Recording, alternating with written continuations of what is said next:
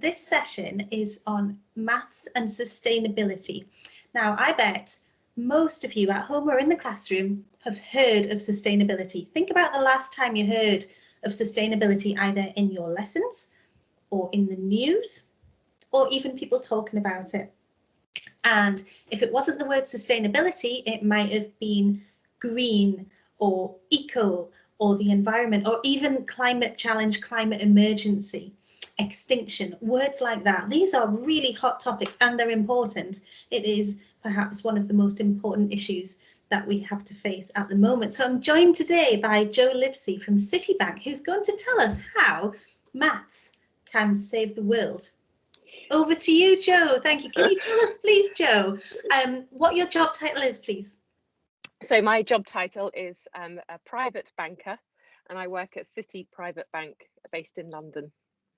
Thanks, Jo. So you're a banker, but this session is all about the environment. What has banking got to do with the environment? Well, I think it's got a great deal to do with the environment, actually. In terms of banking, we are ultimately financing the world's economy. So we are lending to companies who are investing, and we have to do that in a sustainable way. I work for Citi, which is a very large organisation. We have over 250,000 employees globally, and one of the recent sort of highlights from Citi is that we've now committed to spending $500 billion in environmental finance goals by 2030. So, in 9 years we're going to be spending that much money, and ultimately trying to make sure that where we put our money, where we invest, where we lend money, we are doing good with that money, and we're not doing anything that's going to sort of hurt the environment at the end of the day. Wow, that's amazing. So there is a commitment from Citi to not only not do harm, but to do good with the money. Yeah, very really much. Powerful.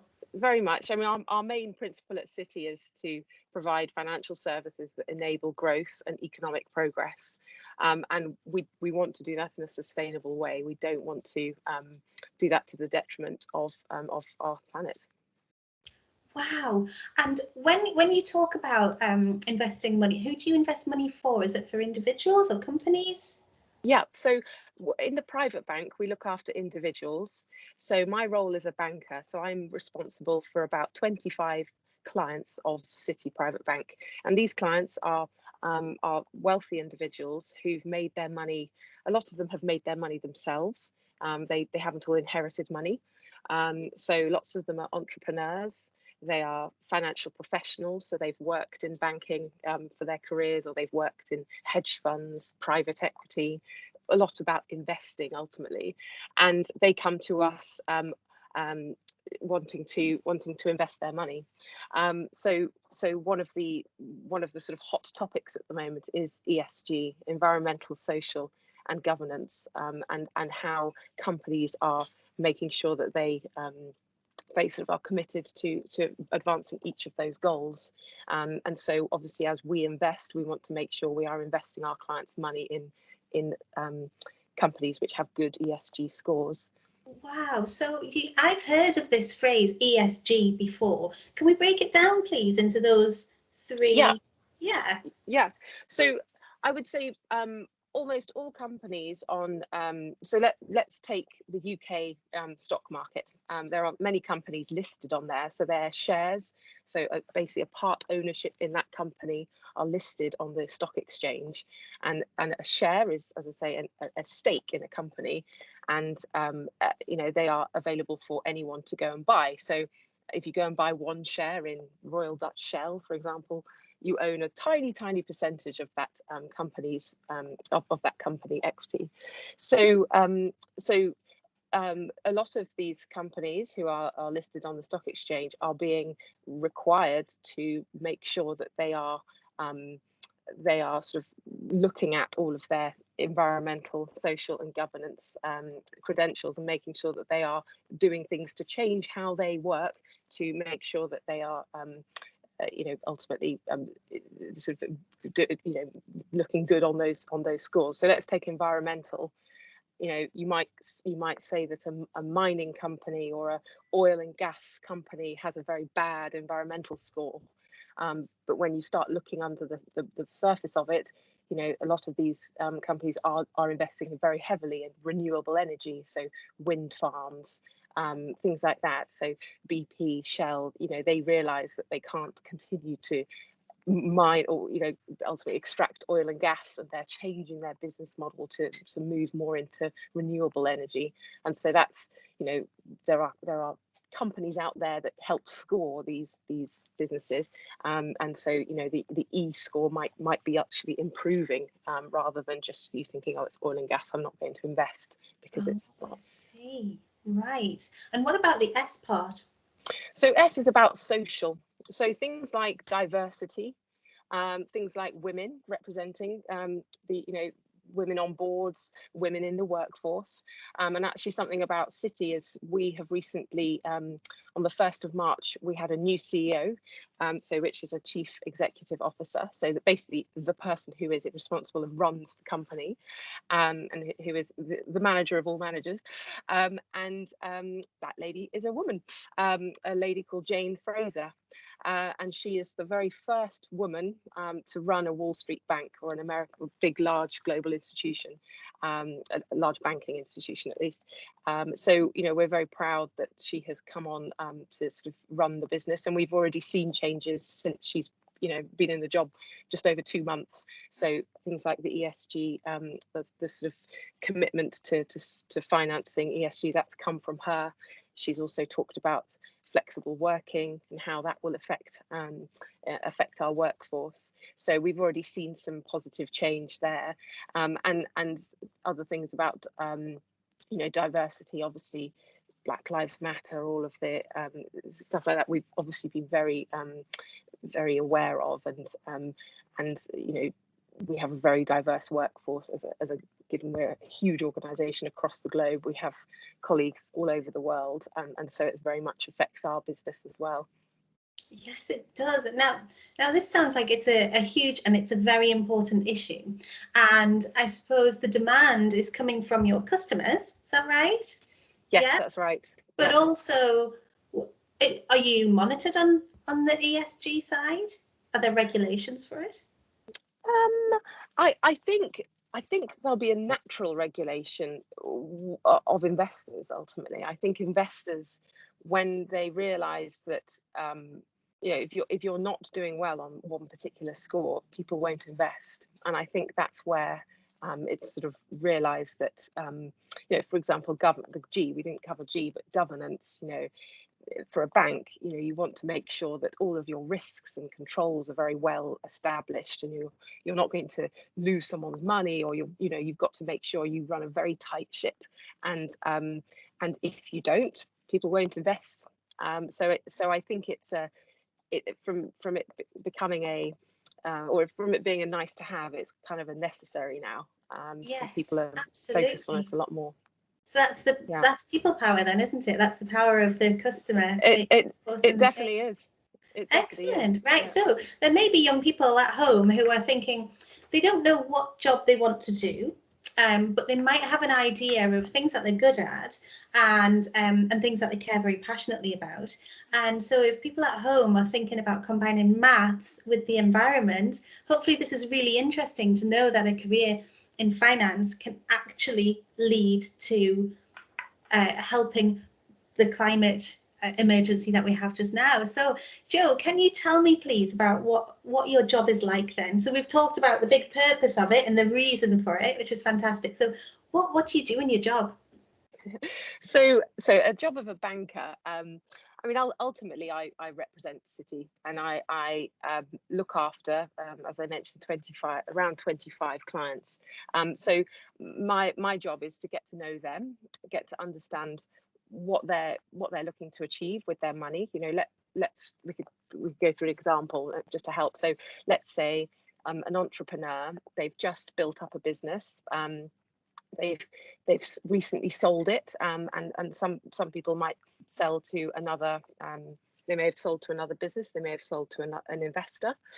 But let's say they've come out with £50 million, so hugely successful, very, very established, grown a lot of wealth in it. Probably, could have taken many years, could have done it quite quickly if you look at some of the tech entrepreneurs these days. So they come out with £50 million, and then they say, oh, what do I do with this? So we help them think about how to structure their wealth and how to invest, so that they can achieve their sort of long-term goals. Now, obviously, when you've got £50 million in the bank, you're probably going to be able to, you're going to be able to eat. You're going to be okay for the kind of basic needs in life. But they might have an idea that they want to do something really good with this, whether they want to get put it in the foundation to provide money for charity, or they want to grow, really sort of put that money to really good work. So we can help them think about that. We can help them invest that money, because ultimately with inflation, that £50 million is not, if you don't invest it over time, that £50 million won't buy you as much in 10 years time. So you've got to sort of make sure you are investing to keep up with inflation. Otherwise your sort of value of that pot does deteriorate over time. But if they've got children, we help them think about how to give to their children, in what structures to give, how to educate their children. Do they even want to give it to their children? All of those kind of questions come up when someone comes into wealth.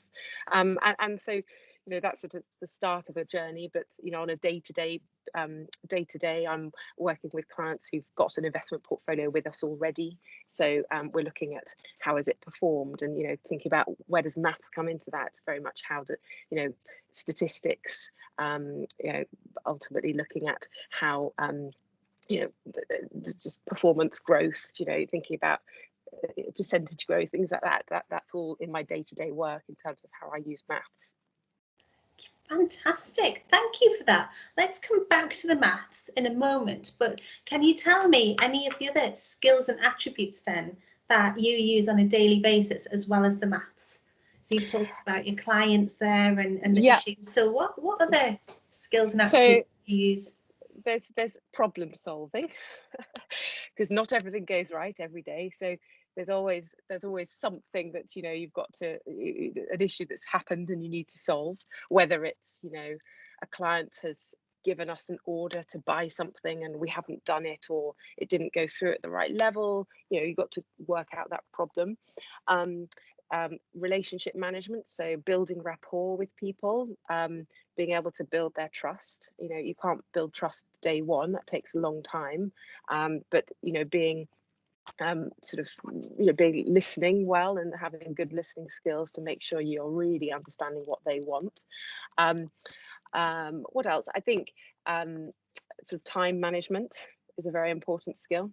There's always more things in the day to do than you have the hours. So it's thinking about how to prioritize your work, how to make sure that, if something comes in, you've got to deal with it straight away, and then you can move on and back to the kind of stuff that maybe wasn't quite as urgent. And being able to kind of multitask in that sense, which I'm obviously very good at, us women.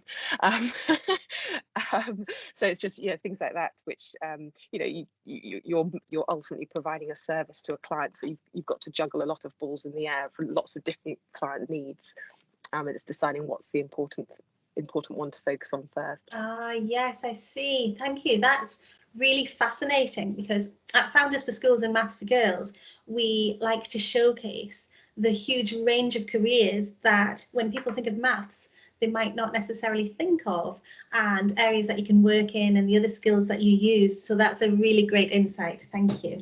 Now let's go back to you when you were at school and then your journey into this job now. Can you tell us, please? Share your journey. Did you always know that you wanted to be a banker? No. No. So I started I did sort of GCSEs, and then my A levels were maths, physics, and French, and I did those A levels because I wanted to go into engineering, and so I needed maths and physics, and I thought I had a grand idea of I wanted to be involved in building something, so building a bridge and saying I worked on that, that kind of thing. And And then so I liked French. I like languages. It's a great skill if you can, have a language in your life. I think it's a great skill to have. So I did go on to just study engineering at university, and my course was actually engineering, economics, and management. So I had a little bit more of a sort of finance and economics role alongside the engineering. And it was a 4-year course, and as the sort of course went on, in my 4th year, I did a 6-month internship. And I was lucky enough to do that at Citi. And a number of my peers in my course went to work in engineering firms. Some went to accountancy, some went to management consultants, some went to banks. And after 6 months, I really enjoyed the job, and I was working on a project when I was here, way back when. I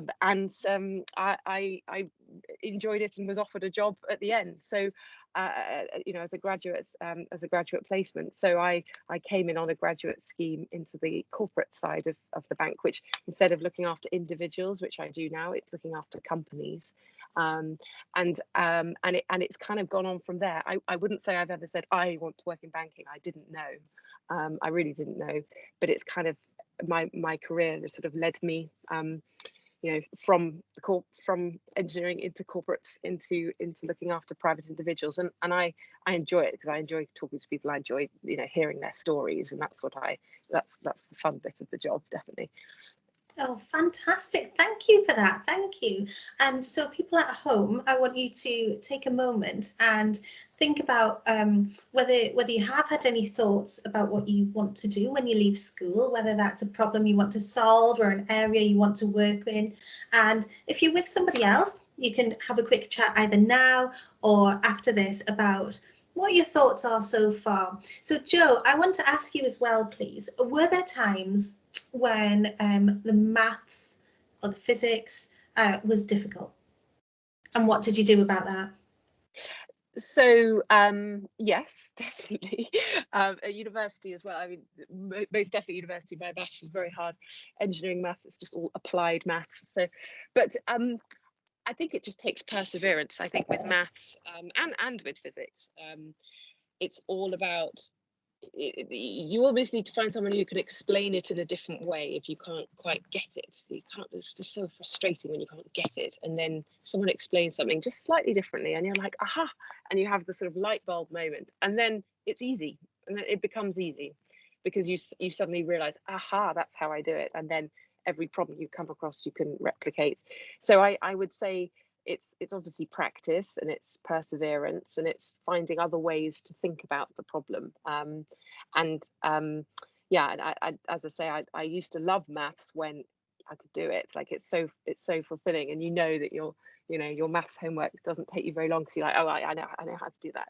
But it's the days when it doesn't, and you're like, oh, how do I do it? Yeah, but you do get there.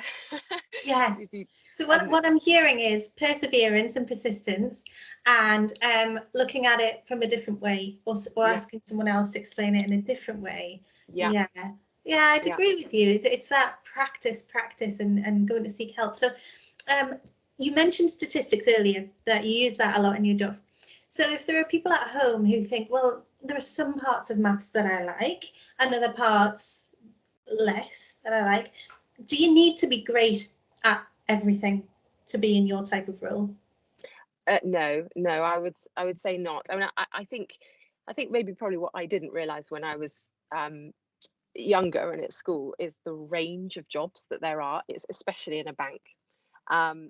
We have people who are very, very specialized and real technicians, and they know, you want to go and talk to them about interest rates and what's going on all the interest rate markets. They know exactly what's happening. Or someone who's in technology, for example, who's helping basically make everything run behind the scenes.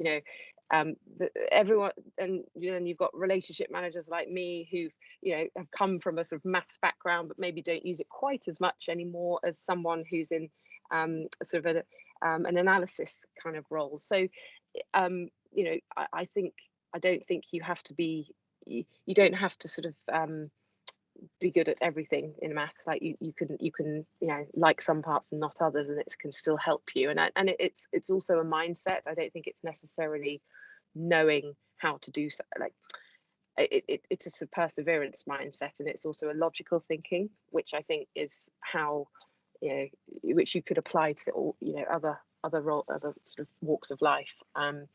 So yeah, it's you don't have to be good at it all, that's for sure. Yes, we hear that a lot, that it's a way of thinking and the logic that is also really beneficial, as well as the fundamentals and the principles. Yeah, Great. So definitely. you mentioned you did a degree, you followed your interest and you thought you had an idea where you'd like to work, and then you did a placement. And do you continue to learn on the job? Was there extra training and support that you received, or are you expected to know it all when you go into your first job? Oh, I think the way you learn is by doing, definitely. And when I did on our graduate program, I had a 3 months classroom training. So it was like going back to school, sitting with about 12 of us, learning about how to read a company's financial statements ultimately. So, you know, a listed company. So we talked about Shell before. Every year they put out an annual report which talks about what they're doing on ESG side of things, what they're doing in terms of employees and benefits and customers, and then it'll also talk about how are they doing in terms of their numbers and what revenue are they making and what profits are they making. So we learned how to read those financial statements and then analyze them. So working out sort of basically whether they can afford the debt that we were giving them. So that was where I started. But really, and that was 3 months, and it was a lot of training. But that was nothing until you actually got on the job. Like you really do learn a lot more by sitting and doing the work and asking people around you and listening and hearing what's going on. So again, you're not expected to know anything when you come in. Like you're not there's no reason why someone who's done a finance degree or come up through a different scheme has got any understanding of the job that they're walking into. It's about learning on the job. That's very valuable, thank you. So I'm thinking for young people at home or in the classroom, when they're thinking about, oh, I might like to apply for that job, but I can't do it yet, then it sounds like they should apply anyway. Definitely.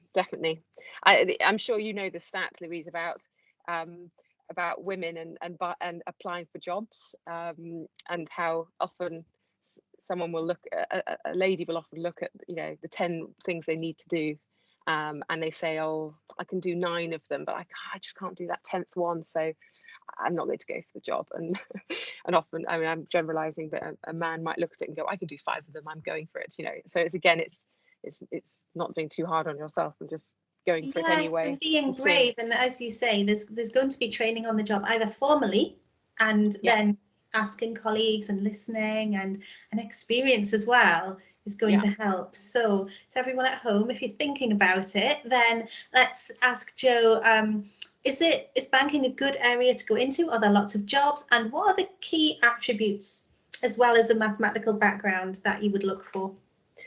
Well, I mean, I just would just say we don't look for all mathematical backgrounds actually. So, we have people who come in from lots of different backgrounds. Onto our graduate programs. Often you have to have obviously a degree, but there are different ways in as well where you don't actually have to have a degree. So there are different placements programs that we run. Um, so yeah, I mean, I think ultimately it's can do attitude, people who can learn quickly and are receptive to ideas, people who think about problems rather than it not, not problem solvers, I suppose. And I suppose maths obviously does demonstrate that, but again, as I say, not every single person coming into the bank has a maths background. Although it's helpful, it's not a necessity. Oh, fantastic. That's really, really valuable for us to know. Thank you. And does Citi, do you know, do they advertise it on the website? Should people go and check out the website to have a look? Yeah, so if you go to www.citigroup.com, and then I think it's /careers, or even just go to citigroup.com and you can go into the careers section. There's a whole huge range of information there, which to help look at the different programs that are available, whether it's while you're still at school, whether it's kind of middle of your university sort of degree, or if it's a graduate or even postgraduate. We have lots of different ways in. So yeah, definitely encourage you to go and have a look at that, citigroup.com. Thank you for that. That sounds really interesting, and I think people will be heading off to your website now to take a look. So Jo, we've run out of time. I want to thank you on behalf of Maths for Girls, Founders for Schools, and all of the young people and their families and educators that are watching this. Thank you for giving up your time and giving us such insight into your career with Citi. Thank you so much. It's a pleasure, and good luck to everyone. Many thanks. Thank you. Bye. Bye.